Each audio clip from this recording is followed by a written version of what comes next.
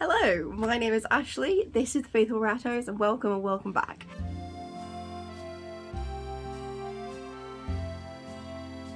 So in today's video I'm going to be talking about the Tonkinese gene and the Tonkinese varieties. It's something that is a real big interest of mine. I love the shaded varieties, so there is no doubt I also will love the Tonkinese varieties too. Now, I will put a bit of a disclaimer here at the start of the video that I'm not an expert when it comes to rat genetics, and certainly not an expert when it comes to Tonkinese. I don't have experience like working with this gene myself, but I have spoken to a lot of people about it and done my own research and spoken to a wide range of people, and I'm just sharing my understanding of how these genes work when it comes to rats. If you want a little bit more background into what I'm going to be talking about today, do watch my previous video that I talked about the shaded varieties in. That will be really helpful for you. This is going to be primarily focused on the Tonkinese varieties. I love all the shaded varieties, so Tonkinese is no different. Here in the UK, the standard is being worked on, and we hope, fingers crossed, that not the coming year, because those standards are already decided, but the one after that will have a standard, a working standard for Tonkinese, and they can go into provisional standard. At the moment it's unstandardized and still being worked on, and there's a few different kinks that have been being worked out throughout the years when it comes to Tonk being in this country. So if I do a quick little recap, super quick, as quick as I can make it, of the C Locus beforehand, then I can get into talking about Tonkinese. So the C Locus is a placement in the rat genome that's called the C Locus. It's the expression of colour locus is sort of what it is. That's where the C comes from. So their dominant gene on the C locus is denoted with a capital C, and this is when it's switched off. The dominant gene is like the off version. So all of the different genes I'm about to talk about are recessive, but they have different levels of dominance within each other. And so that affects how the rat will present. The first one I'm going to talk about is the lowercase c. This is what causes pink-eyed whites. 2 copies of that. That is the albinism gene, and so 2 copies of that will cause the pink-eyed white. Then you have the C, a little c and a little h gene. This is the Himalayan gene. 1 copy of this and 1 copy of the C gene, the albinism gene, will cause a Himalayan rat. 2 copies of the Himalayan gene will cause a Siamese. Now, on top of that, you can have this. I'm going to put on the name on screen of what it's called, but there's an additional gene on top of that, which is the Burmese gene. The Burmese gene can be carried and won't show up in the phenotype until the C locus is turned on. So it's not on the C locus, but it's very connected to the C locus. There is also a black-eyed gene that is present, like the Burmese gene, that works on top of the C locus varieties, and that's how you get black-eyed Siamese. Because genetically they would naturally have red eyes unless they have the black-eyed gene. Now, here comes the complicated, interesting part when it comes to Tonkinese. These different genes that I've talked about, C, CH, there's another one, and this is the Tonkinese gene, and that is usually denoted as CT.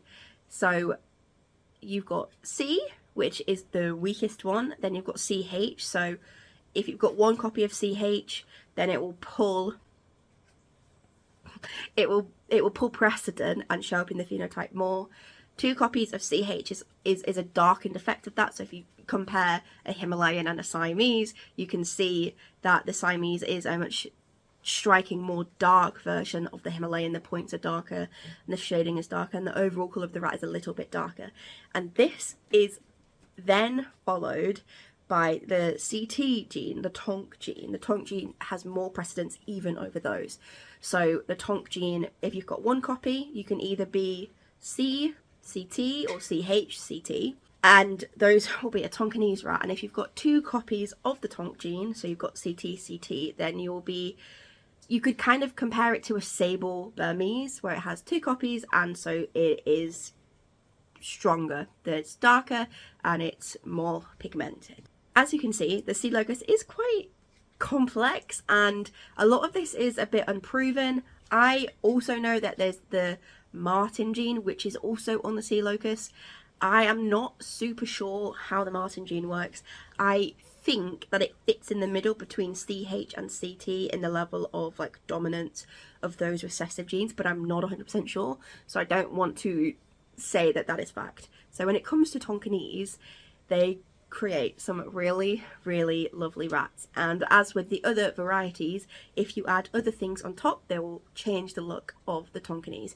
Now, I may not have photos of all of these that I'm about to mention, just because it's such an underdeveloped variety, especially here in the UK, that it's hard to find pictures of all these things. I'll try my best, but here we go. So if you have one copy of Tonkinese, this is generally called het Tonkinese, and you can either carry the lowercase c or the ch gene, and you can't really tell what they carry unless you breed them and see what comes out.